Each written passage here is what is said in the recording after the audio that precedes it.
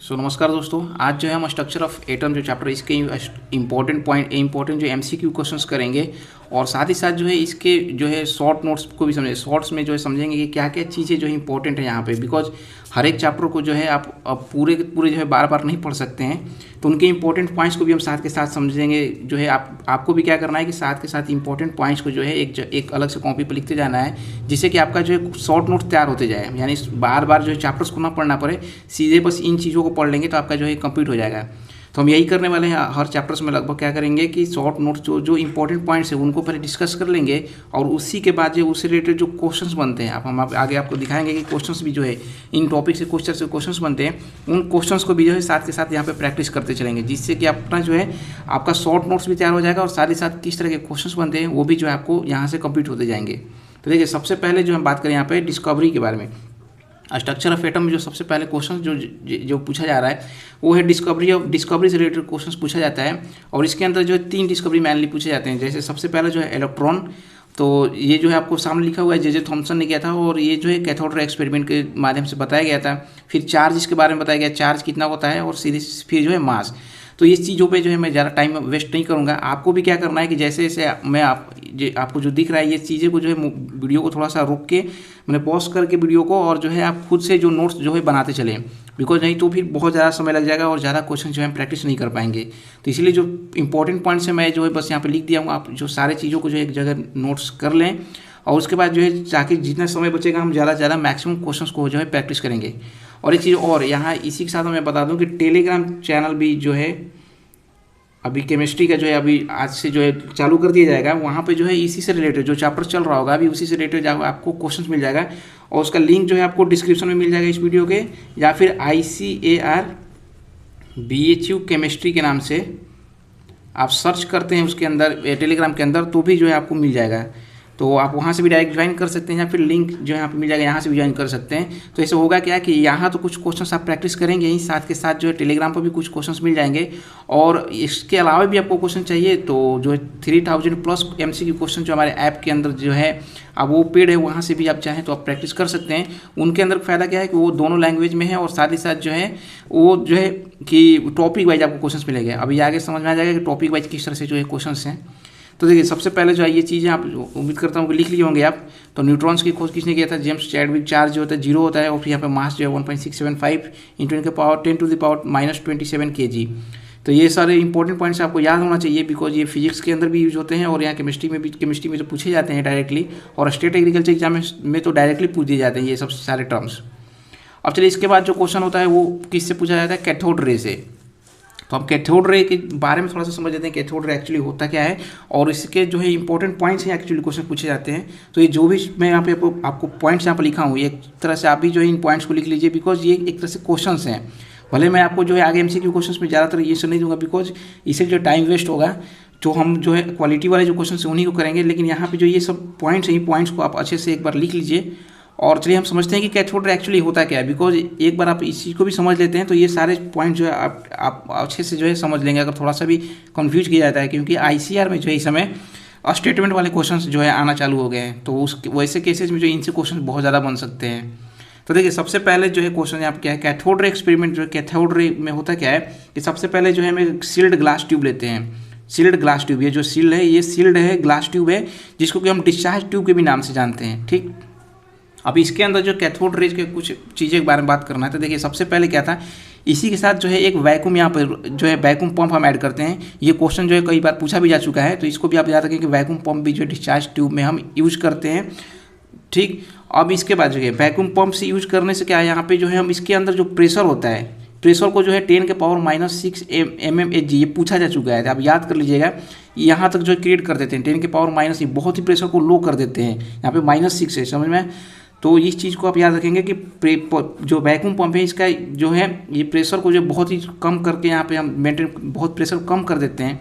Next यहाँ पे high voltage हम बैटरी लेते हैं, यानी 10⁻⁴ यानी 10,000 वोल्ट जो है ये बैटरी हम लेते हैं, यहाँ पे यूज करते हैं। आगे आपको पता चलेगा क्यों यूज करते हैं। तो देखिए, सबसे पहले जो डिस्चार्ज ट्यूब है इसके अंदर जो है हम 2 मेटल प्लेट इलेक्ट्रोड्स लेते हैं यहाँ पे। ठीक, अब यहाँ पर देखिए प्लस से पॉजिटिव चार्ज से एक को कनेक्ट कर देते हैं, जिसको कि आपको पता होगा प्लस चार्ज से जो कनेक्ट होता है उसको एनोड बोलते हैं। वहीं हम नेगेटिव चार्ज से जो कनेक्ट होता है जो इलेक्ट्रोड उसको क्या बोलते हैं हम यहाँ पे कैथोड बोलते हैं।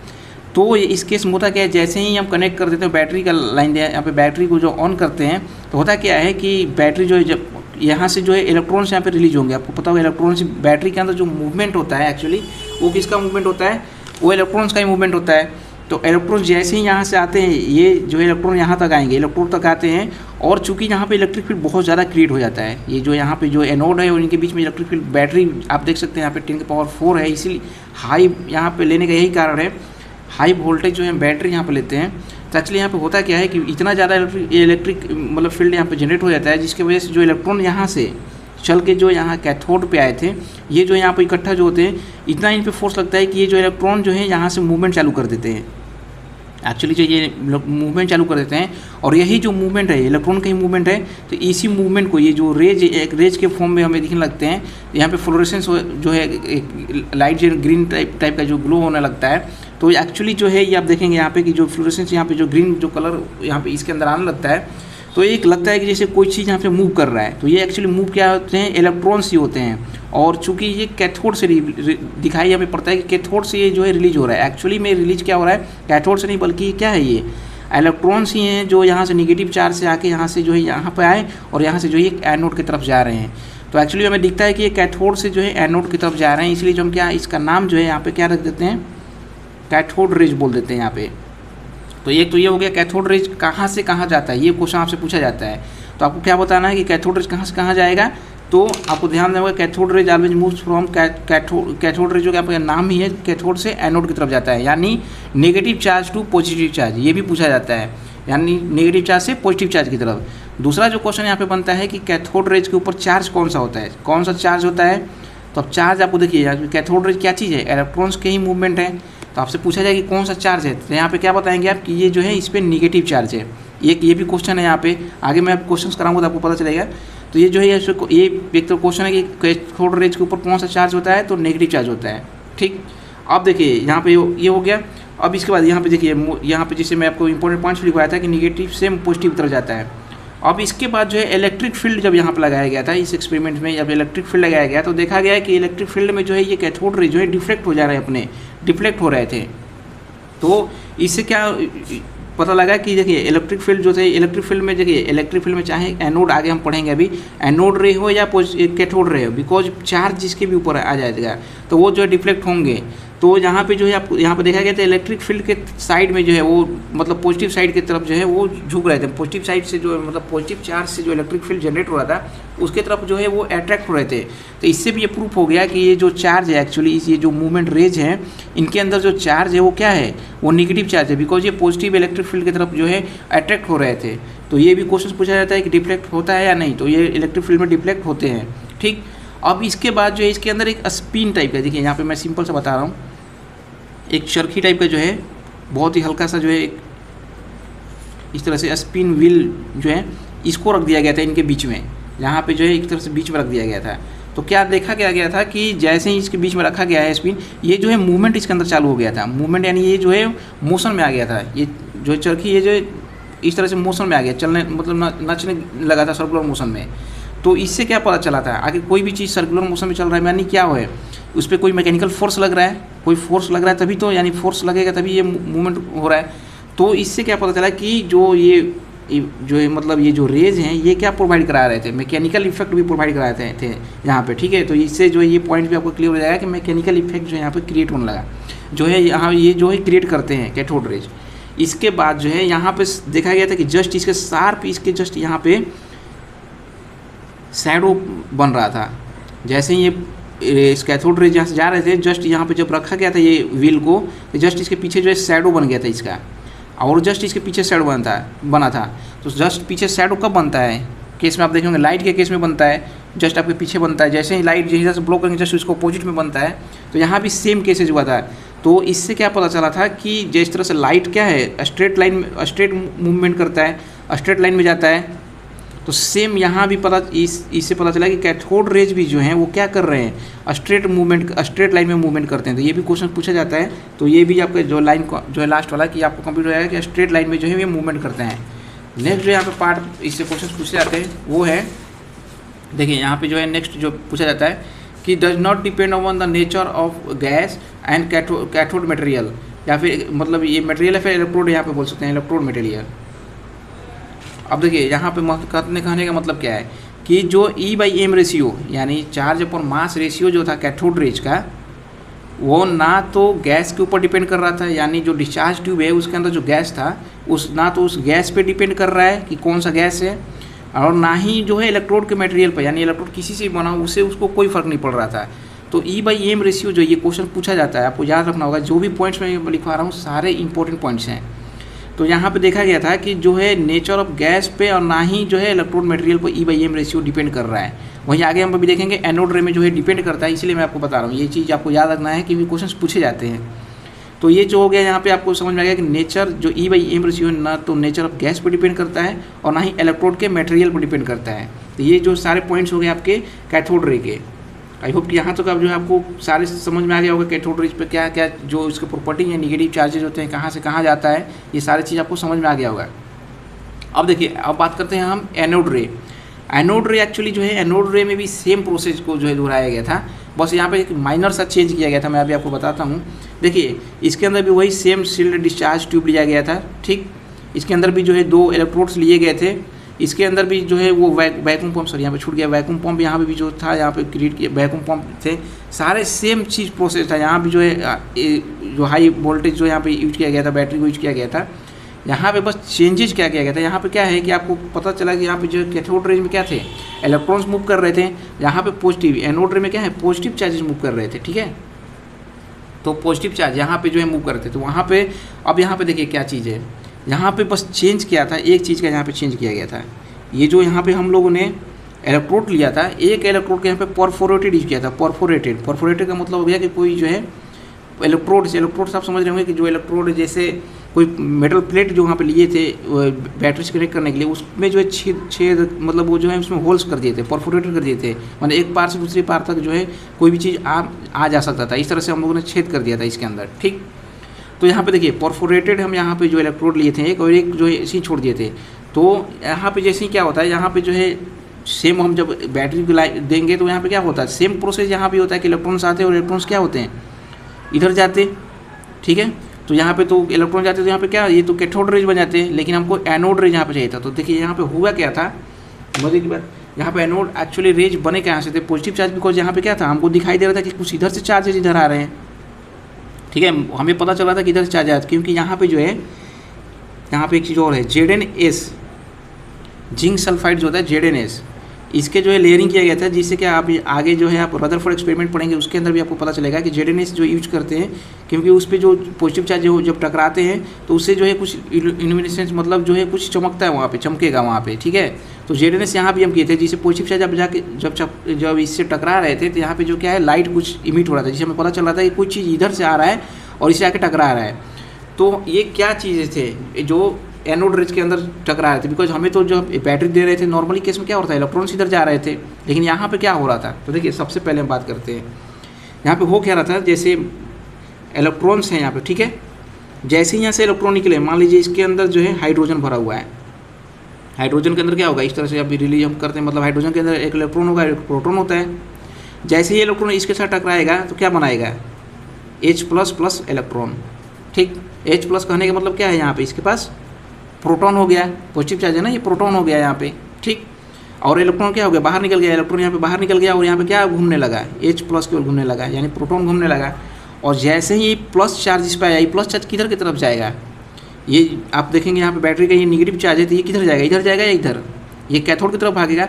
जैसे ही कैथोड की तरफ भाग मतलब ये अट्रैक्ट होता था तो यहाँ मान लो इस पार्ट पे आता था तो इससे तो चिपक मतलब इससे जो है चिपक जाएगा, लेकिन जब ये इस परफोरेटेड रे से पार हो जाता था, यानी जैसे ही आके यहाँ से पार होता था तो ये डायरेक्टली बहुत इतना तेज़ी से आते थे कि जैसे ही पार होते थे तो यहाँ पे जो प्लेट था, ZnS का प्लेट जो लगा हुआ था मैं आपको बताया था, इससे आके टकराते थे। और टकराने से जो यहाँ पे एक जो है पता जो है ग्लो मतलब होते थे, ये टकराने के बाद जो ग्लो होता था, लाइट इमिट करता था, जिससे पता चलता था कि कोई चीज़ इधर से आ रहा है, यानी इधर से कोई चीज़ इधर आ रहा है। एक्चुअली ये कोई एनोड से नहीं आ रहा था, एक चीज़ आप यहाँ पर ध्यान देंगे, एनोड से कोई पॉजिटिव चार्ज नहीं रिलीज हो रहे थे। एक्चुअली जो यहाँ पे गैस थे इसके अंदर, वो गैस क्या हो जा रहे थे, आयोनाइज हो जा रहे थे।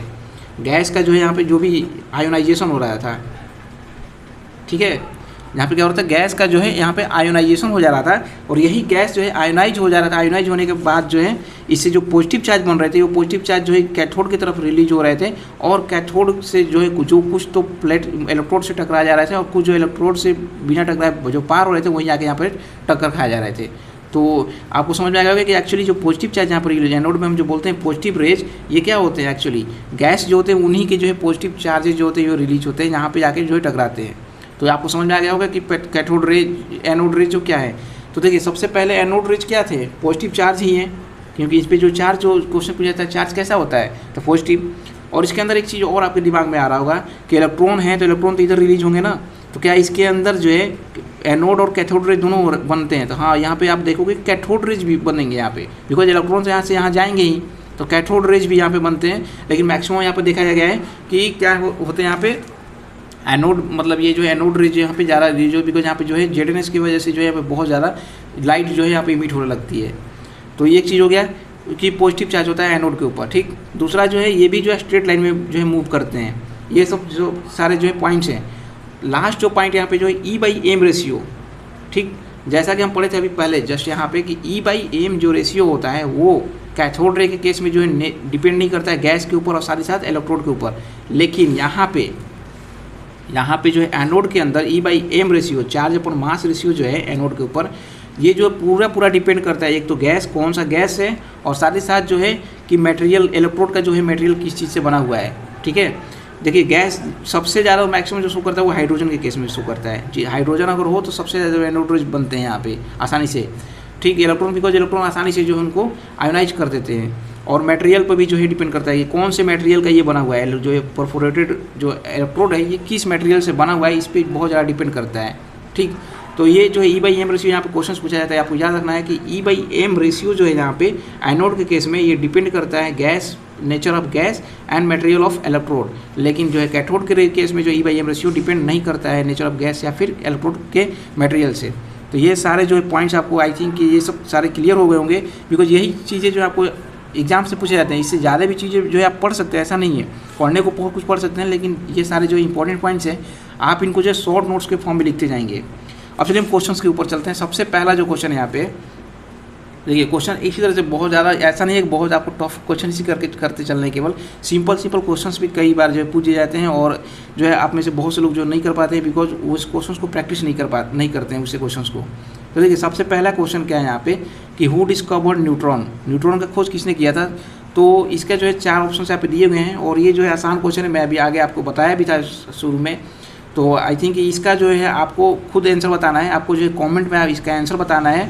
और एक चीज़ और, आप जब पढ़ रहे हैं, जब भी आपको ये क्वेश्चन मिला तो आपको दूसरे के कमेंट्स नहीं देखना, आपको अपना कमेंट सीधे जो भी आंसर आपको है, भले गलत हो या सही हो, आपको अपना आंसर जो कमेंट कर देना है। उसके बाद जब सारे चीज़ करेंगे उसके बाद ही आपको जो है मैच करना चाहिए, ताकि आपको गलत से आपको डरना नहीं है। बस ये है कि आपके अंदर तभी आप सुधार पाएंगे, नहीं तो फिर आपके अंदर एक नेगेटिव फीलिंग आते जाएगा कि दूसरा सही कर पा रहे हैं, मैं गलत कर पा रहा हूँ। या फिर हो सकता है कि आप सही बता रहे हो लेकिन कमेंट पढ़ के दूसरे जो गलत लिख रहे हैं लिखे हुए हैं उनको देख के आप भी कन्फ्यूज हो जाएँ। तो आपको करना क्या है, केवल अपना आंसर आपको सीधे लिखना है, चाहे जो भी हो, गलत हो या सही हो, आपको उससे कोई चिंता नहीं करना है, ठीक। तो पहला नंबर क्वेश्चन मैं दे रहा हूँ आपको खुद से बताने के लिए कि इसका आंसर क्या होगा, आपको कमेंट करना है। नेक्स्ट यहाँ पर देखिए, नेक्स्ट क्वेश्चन है कि cathode rays are, cathode ray actually होते क्या हैं। तो अभी जैसा कि हमने पढ़ा था कैथोड रेज में क्या होते हैं, इलेक्ट्रॉन्स के मूवमेंट होता है। तो कैथोड रे क्या होते हैं, तो यहाँ पे ऑप्शन है आपके सामने protons, electrons, neutrons and alpha particles. तो इसका आंसर जो राइट हो जाएगा इलेक्ट्रॉन्स, इलेक्ट्रॉन जो है इसके राइट आंसर हो जाएंगे। नेक्स्ट क्वेश्चन है क्वेश्चन नंबर 3। क्वेश्चन नंबर 3 है यहाँ पे कि द नेचर ऑफ एनोड रे डिपेंड्स अपॉन, बोल रहा है कि नेचर जो है एनोड रे का वो किस चीज़ पर डिपेंड करता है। अभी जैसा मैं आपके ऊपर बताया था E/m रेशियो एनोड रे में, तो आपके सामने ऑप्शन है, आप जो है ऑप्शन पहला नंबर हो गया कि नेचर ऑफ इलेक्ट्रोड, इलेक्ट्रोड के नेचर पर डिपेंड करता है। Nature of residual gases, residual gases पर डिपेंड करता है। फिर है nature of discharge tube, nature of discharge tube पे डिपेंड करता है। और देखिए फिर यहाँ पे है लास्ट वन कि ऑल ऑफ द एबव। तो आपको जो है इसका राइट आंसर आपको पहले बताना, वीडियोस को रोक के खुद से सोचना है, उसके बाद जो आंसर आपको बताना है। तो चलिए मैं आपको जो है इसका आंसर बताता हूँ कि पूछ रहा है कि नेचर ऑफ एनोड रे, एनोड रेज का जो रे है उसका नेचर किस चीज़ पर डिपेंड करता है। तो देखिए सबसे पहले इसका जो राइट आंसर है, मैं आपको पहले बताया था कि चूंकि एक्चुअली इसके अंदर होता क्या है, गैस ही तो आयनाइज होते हैं ना, तो गैस पे मेनली डिपेंड करता है। गैस जितना जल्दी आयनाइज होंगे उतना जल्दी वो जो पॉजिटिव चार्ज में कन्वर्ट होंगे और एनोड रेज बनेंगे। तो ये क्या चीज़ पर डिपेंड करता है, नेचर ऑफ इलेक्ट्रोड बोल रहा है यहाँ पे। देखिए नेचर ऑफ इलेक्ट्रोड, तो मैं अभी ऊपर बताया था nature of material of electrode पर डिपेंड करता है, लेकिन क्या केवल परफोरेटेड वाला, तो यहाँ पे क्यों नेचर ऑफ इलेक्ट्रोड सीधे दे दिया है, तो ये तो आपका यहाँ पे ऑप्शन नहीं होगा। नेक्स्ट यहाँ पे नेचर ऑफ रेसिडुअल गैस, देखिए नेचर ऑफ रेसिडुअल गैस अभी बताया था मैं आपको कि गैस पे तो डिपेंड करते हैं, उसके अंदर जो गैस है इस पर डिपेंड करता है। नेक्स्ट है नेचर ऑफ डिस्चार्ज ट्यूब, तो डिस्चार्ज ट्यूब से कोई मतलब नहीं, यानी वो डिस्चार्ज ट्यूब किस चीज़ का बना उससे कोई फर्क नहीं पड़ता। अभी आप ऊपर पढ़े भी होंगे, कोई भी कंडीशंस उसमें जो है नेचर उस पर डिपेंड नहीं करता डिस्चार्ज ट्यूब के ऊपर। तो यहाँ पे लास्ट जो ऑप्शन था कि ऑल ऑफ द अबव, तो ऑल ऑफ द अबव नहीं होगा क्योंकि दो ऑप्शन तो आपके गलत हो गए। तो राइट आंसर जो हो जाएगा कि नेचर ऑफ रेसिडुअल गैसेज। यहाँ पे कई लोगों को लग रहा होगा कि नेचर ऑफ इलेक्ट्रोड्स क्यों नहीं हुआ, जब कि मैं ऊपर बताया था आपको। तो एक चीज़ मैं वो आपको ये भी बोला था कि मटेरियल ऑफ इलेक्ट्रोड्स में क्या होगा, परफोरेटेड वाला केवल लेते हैं, ठीक है। तो इस चीज़ को आप यहाँ पे बहुत अच्छे से ध्यान देंगे। चलिए नेक्स्ट बात करते हैं क्वेश्चन नंबर 4। क्वेश्चन नंबर 4 जो है यहाँ पे, what is the ratio of masses of proton to the masses of electron, बोल रहा है कि रेशियो यहाँ पे आपको बताना है कि प्रोटॉन का मास और इलेक्ट्रॉन के मास का रेशियो बताना है आपको, यानी कि mass of proton upon mass of electron बताना है आपको। तो इसके लिए जो है आपको याद होना चाहिए सबसे पहले तो मास ऑफ प्रोटॉन और इलेक्ट्रॉन में जो है रिलेशन क्या है। तो आपको पता होगा कि मास ऑफ प्रोटॉन जो होता है कितना होता है, 1837 टाइम्स जो होते हैं, किसके बराबर होता है, किसके टाइम्स होता है, इलेक्ट्रॉन के मास के, यानी इतना गुना होता है। तो मास ऑफ प्रोटॉन कितना रखेंगे, 1837 अपॉन, यहाँ पे मास ऑफ इलेक्ट्रॉन क्या रखेंगे 1, बिकॉज इनके इतना गुना है 1837 टाइम्स है। तो इसको जो है जब इसको इसी को ये आपका जो है आंसर हो जाएगा, लेकिन आपके ऑप्शन जो है कुछ पावर सोर्स में दिए हुए हैं। तो देखिए सबसे पहले इन्फाइनाइट जो है, इन्फाइनाइट तो होगा नहीं। नेक्स्ट है 1.8 × 10 के पावर 3, तो यहाँ पर देखो, यहाँ पे आप चाहो लिखना तो इसको जब लिख सकते हो, यहाँ पे जब 3 डिजिट इधर आते हैं तो हम इंटू पावर में 3 करते जाते हैं जितना डिजिट अंदर आते हैं। तो 1.837 × 10 के पावर 3 कर सकते हैं। तो यहाँ पर डायरेक्टली 1.8 दिया हुआ है, तो आप ये भी कर सकते हो। तो राइट आंसर जो है आपका सेकंड 1 हो जाएगा। तो आगे हमें जाने की जरूरत ही नहीं है। सो सेकंड जो इसका राइट आंसर हो जाएगा। नेक्स्ट है यहाँ पे कि the order of density of nucleus is, आपके सामने जो ऑप्शन है आपके 10 के पावर 8 kg पर सेंटीमीटर क्यूब, 10 के पावर -8 kg पर सेंटीमीटर क्यूब, 10 के पावर -9 kg पर सेंटीमीटर क्यूब एंड 10 के पावर 11 kg पर सेंटीमीटर क्यूब। तो ये सब सारे जो चीज़ें, ये सब याद करने वाली चीज़ें, आपको याद होना चाहिए ये सब, क्योंकि डायरेक्टली जो है स्टेट एग्रीकल्चर एग्जाम में तो जनरली पूछी जाते हैं। तो इसका जो राइट आंसर मैं सीधे बता देता हूँ आपको क्या है, यहाँ पे 10 के पावर 11 kg पर सेंटीमीटर क्यूब। चलिए नेक्स्ट क्वेश्चन है, ये ICR में जो है पिछले साल से स्टेटमेंट वाले क्वेश्चन बहुत ज़्यादा आने लगे हैं, तो इसलिए मैं ये आपको क्वेश्चन दिया हूँ। यहाँ पे देखिए, यहाँ पे पहला स्टेटमेंट 1 क्या बोल रहा है कि anode rays affect photographic plate. So यहाँ पे जो है पहला ऑप्शन हो गया एनोड रे अफेक्ट फोटोग्राफिक प्लेट। नेक्स्ट है कि E/M रेशियो ऑफ एनोड रे is greater than cathode rays. तो 2 स्टेटमेंट हो गए आपके सामने और 4 ऑप्शन है इसके कि स्टेटमेंट 1 जो है करेक्ट है, स्टेटमेंट सेकंड जो है करेक्ट है, स्टेटमेंट 1 जो है यहाँ पे करेक्ट है और स्टेटमेंट सेकंड जो है इनकरेक्ट है, और यहाँ पे लास्ट में कि दोनों ही स्टेटमेंट जो है इनकरेक्ट है। तो आपको यहाँ पे बताना है कि क्या चीज़ है। तो देखिए सबसे इसका आंसर जो है क्या होगा, देखिए एनोड रेज बोल रहा है कि इफेक्ट फोटोग्राफी प्लेट। तो हाँ, ये एनोड रेज जो है वो फोटोग्राफी प्लेट को जो है इफेक्ट करते हैं, तो ये तो ऑप्शन जो है सही है। नेक्स्ट है कि E/M रेशियो ऑफ एनोड रे is greater than cathode ray. तो देखिए E/M रेशियो हम देख लेते हैं। E/M रेशियो क्या होता है, चार्ज अपॉन मास। चार्ज तो दोनों पे बस माइनस और प्लस का अंतर होता है, लेकिन दोनों पे चार्ज क्या होता है, सेम होते हैं। तो एक्चुअली जो है E/M रेशियो किस पर डिपेंड कर रहा है, मास पर डिपेंड कर रहा है। तो E/M ratio depend inversely proportional to mass पर डिपेंड कर रहा है। तो मास पर डिपेंड कर रहा है, यानी क्या इलेक्ट्रॉन के केस में क्या होगा, इलेक्ट्रॉन के केस में मास कम होगा, यानी E/M रेशियो इलेक्ट्रॉन का क्या होगा, ज़्यादा होगा प्रोटॉन के अपेक्षा। तो यहाँ पे बोल रहा है कि E/M रेशियो ऑफ एनोड रे यानी क्या, पॉजिटिव चार्ज। तो पॉजिटिव चार्ज का बोल रहा है कि ज़्यादा होगा, लेकिन यहाँ पे पॉजिटिव चार्ज के जैसे हम ज़्यादा बोलते हैं तो इसका पॉजिटिव चार्ज में क्या होगा, प्रोटॉन की उस केस में क्या होगा, मास तो कम हो जाता है, ठीक है। सॉरी, पॉजिटिव केस में तो मास ज़्यादा हो जाएगा, मास ज़्यादा तो E/M रेशियो क्या हो जाएगा, वहाँ पे कम हो जाएगा। तो यहाँ पे जो ये साफ गलत लग रहा है, गलत है, मतलब कि एनोड रेज का जो E/M रेशियो होता है वो जो है कम होता है, यहाँ पे ग्रेटर दिया हुआ है, कम होता है कैथोड रे से। तो ये चीज़ का आप ध्यान देंगे यहाँ पे, बिकॉज कैथोड रे में इलेक्ट्रॉन्स होते हैं, इलेक्ट्रॉन का मास जो होता है कम होता है, मास कम होने की वजह से जो है E/M रेशियो ज़्यादा हो जाएगा। तो आपका स्टेटमेंट यहाँ पे जो पहला तो सही है, तो यहाँ पे C ऑप्शन सही हो जाएगा कि स्टेटमेंट 1 सही है, लेकिन स्टेटमेंट सेकंड जो है आपका क्या हो जाएगा, गलत है। तो सी ऑप्शन जो है आपका सही हो जाएगा। चलिए यहाँ तक जो क्वेश्चन ये 6 तक क्वेश्चन हो गए, और क्वेश्चन नंबर 1 जो दिया था उसका जो आपको राइट आंसर बताना है। और इसी के साथ साथ इस तरह के और भी क्वेश्चंस, मतलब इस टॉपिक से और क्वेश्चंस आप और भी ज़्यादा प्रैक्टिस करना चाहते हैं तो उसके लिए जो है आप हमारे जो क्वेश्चन दिया गया है, यानी जो हमारे ऐप के अंदर 3000+ MCQ क्वेश्चन हैं उसके अंदर टॉपिक वाइज ही क्वेश्चन दिए गए हैं। तो और भी आप इसी टॉपिक, जैसे 6 क्वेश्चन हैं लेकिन वहाँ पर और भी बहुत सारे क्वेश्चन दिए हैं टॉपिक वाइज, तो आप वहाँ से प्रैक्टिस कर सकते हैं। तो चलिए नेक्स्ट टॉपिक है इसी के अंदर ऑटोमिक नंबर। इससे क्वेश्चन पूछे जाते हैं ऑटोमिक नंबर क्या होते हैं। तो देखिए ऑटोमिक नंबर क्या है, इसको हम जेड से जो है डिफाइन करते हैं। यहाँ पे जेड से जो है मतलब डिनोशन करते हैं इसको। अब देखिए इसके अंदर एटॉमिक नंबर होता क्या है एक्चुअली। एटॉमिक नंबर क्या होता है, number of proton in the nucleus. Nucleus के अंदर कितना प्रोटॉन है, इसी चीज़ को हम क्या बोलते हैं, इसी चीज़ को क्या बोलेंगे हम यहाँ पे एटॉमिक नंबर। या फिर पॉजिटिव चार्जेज कितना है न्यूक्लियस के ऊपर, ये चीज़ याद रखिएगा यहाँ पे कि पॉजिटिव चार्ज कितना है न्यूक्लियस के ऊपर, उसको हम क्या बोलते हैं एटॉमिक नंबर। अब नेक्स्ट पार्ट है यहाँ पे देखिए एटॉमिक नंबर। एटॉमिक नंबर के बाद क्या है मास नंबर। मास नंबर क्या होता है कि number of protons plus number of neutrons, यानी number of protons plus neutrons, हम जो दोनों का जो सम होता है उसी को क्या बोलते हैं मास नंबर। और इसको किस चीज़ से हम इसका सिंबल किस क्या है ए, यानी ए से जो इसको हम डिफाइन करते हैं यहाँ पे, ठीक है। तो ये 2 चीज़ हो गए। अब देखिए रिप्रेजेंट किस तरह से करते हैं हम किसी एटम में मास नंबर और एटॉमिक नंबर को। तो रिप्रेजेंटेशन कुछ इस तरह से, यहाँ पे एक्स जो है यहाँ पे सिंबल जो है देख सकते हैं, सिंबल ऑफ एलिमेंट, किसी एलिमेंट का सिंबल यहाँ पर जो है एक्स से डिनोट करते हैं। जैसे कार्बन की बात करते हैं यहाँ पर कार्बन लिख दिया जाएगा, और यहाँ पे जो भी सब यहाँ पे जो भी अंक लिखे रहेंगे ये क्या डोनेट करेंगे आपको मास नंबर को। और वहीं नीचे जो लिखा रहेगा वो क्या चीज़ डोनेट करता है आपको एटॉमिक नंबर। जैसे हम एग्जाम्पल की बात करें, देखिए एग्जाम्पल की यहाँ पे जैसे क्या हो जाएगा कार्बन के लेके चले तो कार्बन में यहाँ पे हम ऐसे इस तरह से लिखते हैं। तो यहाँ पे क्या बता रहा था, ये एलिमेंट को शो करता है, ये हो गया ना एलिमेंट को शो करता है, यानी ये क्या हो गया कार्बन एलिमेंट को शो कर रहा है, सिंबल जो था यहाँ पे एलिमेंट का। फिर ये क्या था यहाँ पे मास नंबर कितना हो जाएगा 12, और जो है ये क्या हो जाएगा एटॉमिक नंबर। अभी हम पीछे पढ़े भी थे क्या होता है एटॉमिक नंबर एक्चुअली क्या होते हैं।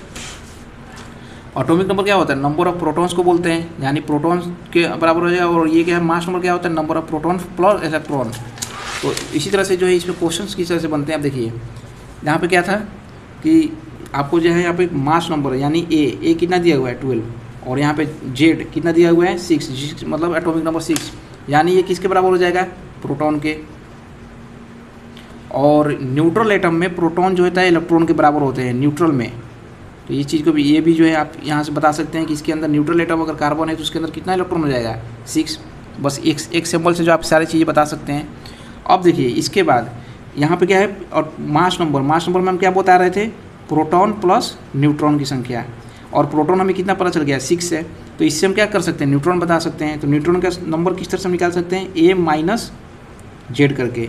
ए कितना है 12 और जेड कितना है 6, यानी टोटल जो है यहाँ पे जो है यहाँ पे जो टोटल न्यूट्रॉन की संख्या कितना हो जाएगा 6। तो इस तरह से भी हम निकाल सकते हैं न्यूट्रॉन के लिए जो एक फॉर्मूला हो जाएगा यहाँ पे।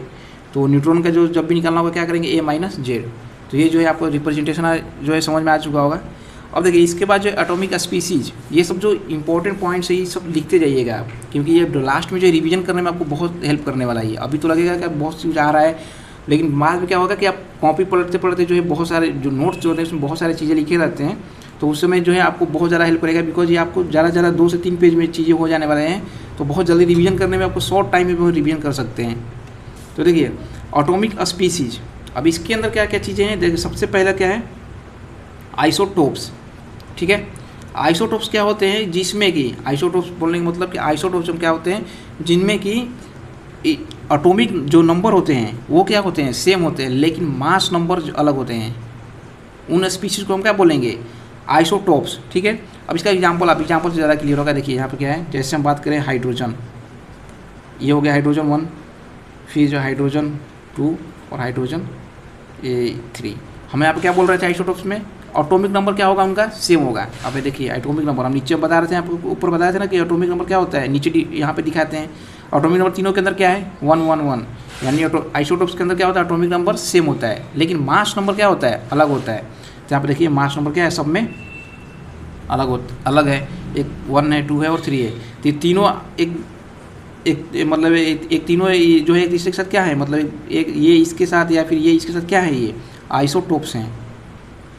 तो इस तरह के जो क्वेश्चंस आपसे आगे पूछे जाते हैं, अगर ऐसे क्वेश्चंस पूछे जाएंगे तो आप आसानी से क्या करना होगा, आपको ध्यान देना होगा कि यहाँ पर एटॉमिक नंबर जो है सब में सेम हो और मास नंबर जो है अलग हो, तो वो क्या हो जाएंगे, आइसोटोप्स हो जाएंगे। नेक्स्ट इसके बाद क्या है, आइसोबार्स। आइसोबार्स का कहने का मतलब क्या है कि मास नंबर उनके अंदर सेम होता है, मास नंबर सेम होगा और एटॉमिक नंबर क्या है, अलग होते हैं। अब इसका भी एग्जांपल देख लेते हैं। मास नंबर सेम कहने का मतलब क्या हो जाएगा, अब देखिए इसका एग्जांपल देखिए आप, ये आर्गन हो जाएगा, पोटेशियम एंड कैल्शियम। अब इसके अंदर देखेंगे इनका जो एटॉमिक मास 40 होता है, इसका भी 40, इसका भी 40, लेकिन जब हम बात करें इसका एटॉमिक नंबर का तो ये 18 हो जाएगा, 19 और ये 20। ठीक, अब देखिए क्या बोल रहे थे यहाँ पे आइसोबार्स के अंदर, क्या बोल रहे थे कि मास नंबर जो है सेम होगा सबके अंदर। देखिए मास नंबर क्या है, 40 40 40 है, सेम है। एटॉमिक नंबर क्या होगा, डिसिमिलर है, ठीक है, अलग है। तो एटॉमिक नंबर सही में देखिए यहाँ पे क्या है, 18 है, 19 है और 20 है, अलग है। तो ये सब क्या हो जाएंगे, आइसोबार्स। इस तरह के एग्जाम्पल पूछे जाए तो आप आसानी से बता दीजिएगा। नेक्स्ट है आइसोटोन्स। आइसोटोन्स कहने का मतलब कि जिसके अंदर न्यूट्रॉन्स की संख्या सेम हो। ठीक, न्यूट्रॉन सेम होंगे लेकिन एटॉमिक नंबर और एटॉमिक मास दोनों ही अलग होंगे। तो चलिए इसका भी एग्जांपल हम देख लेते हैं। इसका एग्जांपल बहुत ही मतलब सिंपल सा है। देखिए यहाँ पे करना होगा, कार्बन 13 ले लेते हैं और 6 ले लेंगे यहाँ पे, और नाइट्रोजन 14 ले लेंगे और 7 ले लेंगे। अब देखिए क्या बोला जा रहा था कि आइसोटोन्स के अंदर क्या क्या चीज़ें होनी चाहिए, नंबर ऑफ न्यूट्रॉन सेम हो, एटॉमिक नंबर और मास नंबर अलग हो। तो देखिए सबसे पहले तो एटॉमिक नंबर यहाँ पे देखिए एटॉमिक नंबर दोनों के अंदर क्या है, अलग है, मास नंबर भी क्या है, अलग है। तो यही कंडीशन था यहाँ पे कि एटॉमिक नंबर और मास नंबर क्या होना चाहिए, अलग होना चाहिए। एक कंडीशन फुल हो गया। दूसरा कंडीशन क्या था कि नंबर ऑफ न्यूट्रॉन्स दोनों के अंदर जो है सेम होने चाहिए। ठीक, तो ठीक है, नंबर ऑफ न्यूट्रॉन्स को हम देखते हैं। नंबर ऑफ न्यूट्रॉन्स इसके अंदर क्या हो जाएगा, आपको मैं बताया था अभी, नंबर ऑफ न्यूट्रॉन्स निकालने का फॉर्मूला क्या होता है, ए माइनस जेड। ए क्या है यहाँ पे 13 माइनस 6 करेंगे कितना हो जाएगा 7, तो इसके अंदर 7 आया। उसी तरह से 14 माइनस 7 करेंगे 7, यानी दोनों के अंदर न्यूट्रॉन्स की संख्या कितना है 7। तो आप समझ गए कि यहाँ पे जो है, यहाँ पे ये दोनों क्या हो जाएंगे एक दूसरे के, यहाँ पे जो है ये दोनों आइसोटोन्स हो जाएंगे, बिकॉज दोनों के अंदर क्या है, नंबर ऑफ इलेक्ट्रॉन्स सेम है। अब लास्ट जो है सबसे इंपॉर्टेंट जो है, इसे बहुत सारे क्वेश्चंस बनते हैं आइसोइलेक्ट्रॉनिक से, हर एग्जाम में क्वेश्चन पूछे जाते हैं, अलग अलग जगहों पे इसको यूज कराया जाता है। आइसोइलेक्ट्रॉनिक जो चीज़ है, इसका जो एटॉमिक स्ट्रक्चर के अंदर, आयनाइजेशन एनर्जी के अंदर और बहुत सारे जगहों पे यूज कराए जाएंगे, इसलिए इसको भी अच्छे से आप समझ लीजिएगा। देखिए आइसोइलेक्ट्रॉनिक स्पीसीज वो हैं जिनके अंदर इलेक्ट्रॉन्स की संख्या सेम होती है, यानी दो अलग अलग स्पीसीज, वो कुछ भी हो सकते हैं, एटम हो सकते हैं, आयन्स हो सकते हैं, मॉलिक्यूल्स हो सकते हैं, यानी कुछ भी हो, उनको आपको उससे कोई मतलब नहीं, बस आपको क्या करना है, उनके अंदर इलेक्ट्रॉन्स काउंट करना है। मतलब दो अलग अलग स्पीसीज कोई भी, उनके अंदर इलेक्ट्रॉन्स की संख्या अगर सेम होती है तो हम क्या बोलेंगे उनको, आइसो इलेक्ट्रॉनिक। उसके अंदर जो है एटॉमिक नंबर अलग हो सकता है, एटॉमिक मास नंबर भी जो है अलग होगा, लेकिन नंबर ऑफ इलेक्ट्रॉन आपको बस ध्यान देना है कि सेम हो। वैसे केसेज में उनको और कुछ भी हो सकता है। अब इसका एग्जाम्पल, सबसे अच्छा एग्जाम्पल देखिए, एग्जाम्पल समझ में आ जाएगा। इसका एग्जाम्पल क्या है, CO, ठीक, पहला CN माइनस और फिर है यहाँ पे CN2। अब देखिए यहाँ पे क्या हो जाएगा, हम क्या बोल रहे थे आइसोइलेक्ट्रॉनिक के लिए कि नंबर ऑफ इलेक्ट्रॉन सेम होना चाहिए। देखिए नंबर ऑफ इलेक्ट्रॉन, आप ये सबसे पहले आप यहाँ पे देख रहे होंगे कि देखिए एक तो माइनस चार्ज भी यहाँ पे आयंस के साथ भी है। तो यहाँ पे मैं पहले भी बोला था कि कोई फर्क नहीं पड़ेगा, यहाँ पे आयंस हो सकते हैं, इलेक्ट्रॉन मोशन हो सकते हैं, एटम हो सकते हैं, मतलब एटम मॉलिक्यूल्स कुछ भी हो सकते हैं। तो इसके अंदर देखिए कार्बन और ऑक्सीजन के अंदर कितने हो जाएंगे इलेक्ट्रॉन्स, 6 + 8 14 हो गया। सेम इसी तरह से यहाँ पे देखेंगे 6 + 7 और एक ये माइनस है 8 यानी 14, और इसके अंदर 7 × 7 14। सो टोटल इलेक्ट्रॉन्स कितने हो गए 14, तीनों के अंदर इलेक्ट्रॉन्स है, तीनों क्या हो जाएंगे, आइसो इलेक्ट्रॉनिक्स हो जाएंगे। इस तरह के बहुत सारे क्वेश्चन आगे प्रैक्टिस करेंगे आप तो और भी ज़्यादा क्लियर हो जाएगा। एक और एग्जाम्पल अभी हम यहाँ पे देख लेते हैं। जैसे में मान लीजिए हाइड्रोजन हो गया, फिर हीलियम, लिथियम को प्लस कर देंगे एक इलेक्ट्रॉन का, फिर बेरिलियम +2। अब देखिए ये आइसो इलेक्ट्रॉनिक्स है। कैसे, देखिए इसके अंदर कितने इलेक्ट्रॉन है, 1 हाइड्रोजन का ऊपर माइनस चार्ज है, प्लस मतलब 2 हो गया, हीलियम के अंदर 2 हो गया, लिथियम के अंदर प्लस चार्ज हो गया, तो एक इलेक्ट्रॉन ऐसे हट गया इसके अंदर से, तो इसके अंदर भी 2 हो गया, 3 में से 1 हट गया। तो बेरिलियम 4 होते हैं, 4 में से 2 प्लस चार्ज हो गया, मतलब 2 हट गए, यहाँ भी 2। तो ये सारे क्या हो जाएंगे, आइसो इलेक्ट्रॉनिक स्पीसीज हो जाएंगे। आई होप कि यहाँ तक जो सारे स्पीसीज वाले चीज़ें आपको ये कंप्लीट हो गए होंगे। तो आप इस चार्ट को बस यहाँ पर लिख लीजिएगा, जिससे कि आपको बार बार रिविजन करने में आसानी होगा। बिकॉज ये सब क्वेश्चंस बहुत ज़्यादा स्टेट, खास करके स्टेट एग्रीकल्चर एग्जाम में तो बहुत ज़्यादा पूछे जाएंगे। तो आई होप यहाँ तक आपको जो है समझ में आ गया होगा, आप लिख भी लिए होंगे। तो चलिए अब हम बात करते हैं क्वेश्चंस की। तो क्वेश्चन नंबर जो है 6 पहले कर चुके थे, क्वेश्चन नंबर 7 में चलते हैं। तो क्वेश्चन नंबर 7 जो है मैं आपको फिर से करने के लिए देता हूँ, आपको खुद से करके बताना है इसका आंसर क्या होगा, राइट। देखिए क्वेश्चन नंबर 7 क्या है, the number of electrons in, यहाँ पे जो है आप देख सकते हैं यहाँ पे 19 है, ये पोटेशियम है 40 90 और ये ओवरऑल जो चार्ज इस पर 1 माइनस है। तो इसका जो राइट आंसर क्या होगा, आपको ये करना, इसका जो आंसर आपको बताना है, आपको जल्दबाजी नहीं करना है, बिकॉज बहुत सारे लोग हमें जल्दबाजी के चक्कर में गलत करेंगे। तो आपको जो इसका आंसर राइट आंसर जो भी हो जो है कमेंट में बताना है। चलिए क्वेश्चन नंबर 8 जो है, क्वेश्चन नंबर 8 देखते हैं। क्वेश्चन नंबर 8 में क्या है, the number of electrons in the nucleus of C12 is C12 is, बोल रहा है कि नंबर ऑफ इलेक्ट्रॉन्स आपको बताना है C12 में। तो आई होप कि ये जो है क्वेश्चन आप लोग गलत नहीं करेंगे। तो आप सबसे पहले जो है वीडियो को पॉज करके खुद आंसर बताइए, आप करिएगा, उसके बाद जो है मैं आप बता रहा हूँ। तो देखिए बोल रहा है कि number of electrons in the nucleus of C12। बहुत सारे लोग यहाँ पे क्या करेंगे, नंबर ऑफ इलेक्ट्रॉन आपको निकालना है, तो ए का वैल्यू यहाँ पे आपको दिख गया 12। तो यहाँ पे क्या करेंगे कि नंबर ऑफ इलेक्ट्रॉन को बताना है। तो आपको पता होगा कि यहाँ पे कार्बन का क्या होता है, कार्बन का प्रोटॉन की संख्या जो है 6 होती है, और प्रोटॉन के बराबर ही जो है इलेक्ट्रॉन होता है, जो कि न्यूट्रल एटम है। तो आप क्या, कई लोग क्या करेंगे 6 जो है ऑप्शन फर्स्ट को मार देंगे, ठीक। लेकिन यहाँ पे एक चीज़ आपको ध्यान देना, क्या बोल रहे हैं यहाँ पे, न्यूक्लियस बोल रहा है। इस चीज़ को आपको बहुत अच्छे से ध्यान देना है, जिसका राइट आंसर क्या हो जाएगा 0, बिकॉज न्यूक्लियस के अंदर कोई भी इलेक्ट्रॉन नहीं होता है। यही चीज़ आपको यहाँ पे गलती नहीं करना है। ये बहुत इंपॉर्टेंट क्वेश्चन है, बिकॉज जल्दबाजी में, मैं नहीं बोल रहा हूँ आपको नहीं आता, आते हुए भी बहुत सारे स्टूडेंट क्या करते हैं, जल्दबाजी में ये क्वेश्चन को गलत करके आते हैं, ठीक है। तो ये क्वेश्चंस को आपको क्या करना है, पिछले बार भी जब मैं टेस्ट सीरीज दिया था तो उसमें जो ये क्वेश्चंस मैं दिया था, मैक्सिमम स्टूडेंट्स का ये गलत हुआ था, मैक्सिमम स्टूडेंट ने ये गलती किया था, क्योंकि वो जल्दबाजी में जो 6 ऑप्शन भी पहला दिख गया था और उनको जो है यहाँ से डायरेक्ट 6 होता है, 12 दिया हुआ है तो आप यहाँ पर कर दिए, लेकिन यहाँ पे न्यूक्लियस नहीं पढ़े थे। तो ये क्वेश्चन आपका गलत नहीं होना चाहिए, बिकॉज हो सकता है अभी भी आप सही कर दे हो, लेकिन जल्दबाजी के चक्कर में आप गलत कर दें। तो ऐसे क्वेश्चन को आपको बहुत अच्छे से पढ़ना है जब भी, मतलब ऐसे क्वेश्चन, क्योंकि लगता है कि हल्का क्वेश्चन है लेकिन गलत हो जाते हैं। चलिए नेक्स्ट क्वेश्चन देखते हैं। Question number 9, the ion that is iso electronic with CO is, बोल रहा है कि कौन सा आयन है जो आइसो इलेक्ट्रॉनिक है। आइसो इलेक्ट्रॉनिक अभी जो बताया था, आइसो इलेक्ट्रॉनिक है CO के साथ, ठीक। तो सबसे पहले आइसो इलेक्ट्रॉनिक का मतलब क्या होता है कि सेम नंबर ऑफ इलेक्ट्रॉन। तो देखिए CO यानी C के अंदर कितना इलेक्ट्रॉन है 6 प्लस ऑक्सीजन के अंदर कितना है 8, यानी टोटल 14। तो हमको इसमें से खोजना है कि किसके अंदर जो 14 इलेक्ट्रॉन्स हैं। तो देखिए सबसे पहले N2 प्लस यानी 7 7 14 और प्लस चार्ज हो गया, यानी 1 इलेक्ट्रॉन हट गया यहाँ से, कितना हो जाएगा 13 इलेक्ट्रॉन हो गया इसके अंदर। यहाँ पे 6 हो गया, ठीक। कार्बन के अंदर, नाइट्रोजन के अंदर 7 प्लस 1 माइनस चार्ज आ गया है, तो ये माइनस मतलब इलेक्ट्रॉन एक बढ़ गया है, ठीक है ना। यहाँ पे प्लस चार्ज की वजह से हम घटाएं, प्लस चार्ज का मतलब क्या, इलेक्ट्रॉन हटने के बाद ही प्लस चार्ज आता है, तो एक हटा दिए थे। यहाँ पे माइनस चार्ज का मतलब एक इलेक्ट्रॉन जुड़ रहे थे, अब कितना हो जाएगा 14। तो आपके ऑप्शन जो पहले ही मिल गया आपको 14 यहाँ पे, तो ये जो है आपका राइट आंसर हो जाएगा। वैसे आप देखेंगे आगे भी जो है 14 नहीं मिलेगा। जैसे ऑक्सीजन की बात करें तो ऑक्सीजन कितना होता है 16, 8 16 हो जाएगा इलेक्ट्रॉन -1, यानी 15 हो जाएगा, ये भी नहीं होगा। और यहाँ भी जो है 16 प्लस 1 हो जाएगा, यहाँ पे माइनस चार्ज है तो कितना हो जाएगा 17। तो 14 वाला आपको क्या करना था, आइसो इलेक्ट्रॉनिक CO वाला खोजना था, यानी 14 इलेक्ट्रॉन्स वाला। तो जो है आपका राइट आंसर जो हो जाएगा 14 हो जाएगा, सॉरी B हो जाएगा CN-। नेक्स्ट क्वेश्चन यहाँ पे देखिए, क्वेश्चन नंबर 10। क्वेश्चन नंबर 10 है यहाँ पे कि the nucleus of the element having atomic number 25, बोल रहा है किसी द न्यूक्लियस जो है उसके अंदर जो एटॉमिक नंबर है, किसी एलिमेंट का जो एटॉमिक नंबर है वो 25 है, एंड एटॉमिक वेट जो है उसका 55 है।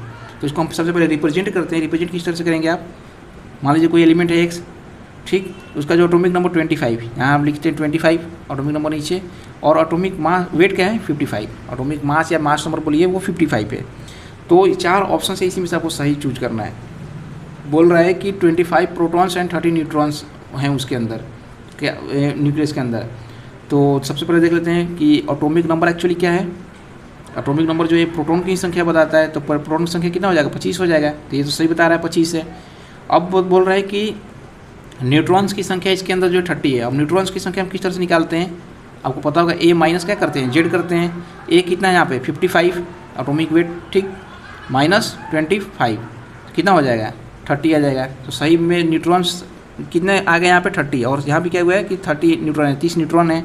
तो आपका फर्स्ट ऑप्शन जो यहाँ पे सही हो जाएगा कि 25 प्रोटॉन्स हो जाएंगे और 30 न्यूट्रॉन्स हो जाएंगे। वैसे दूसरे ऑप्शन से आप देखेंगे यहाँ पे क्या है 25 न्यूट्रॉन्स, तो ये तो गलत हो जाएगा। 55 प्रोटॉन्स, ये भी गलत है बिकॉज 25 प्रोटॉन्स होंगे, और 55 न्यूट्रॉन्स, ये भी गलत है। तो आपका जो फर्स्ट आंसर जो है इसका राइट हो जाएगा। नेक्स्ट क्वेश्चन है question number 11, the compound in which cation is iso electronic which anion is.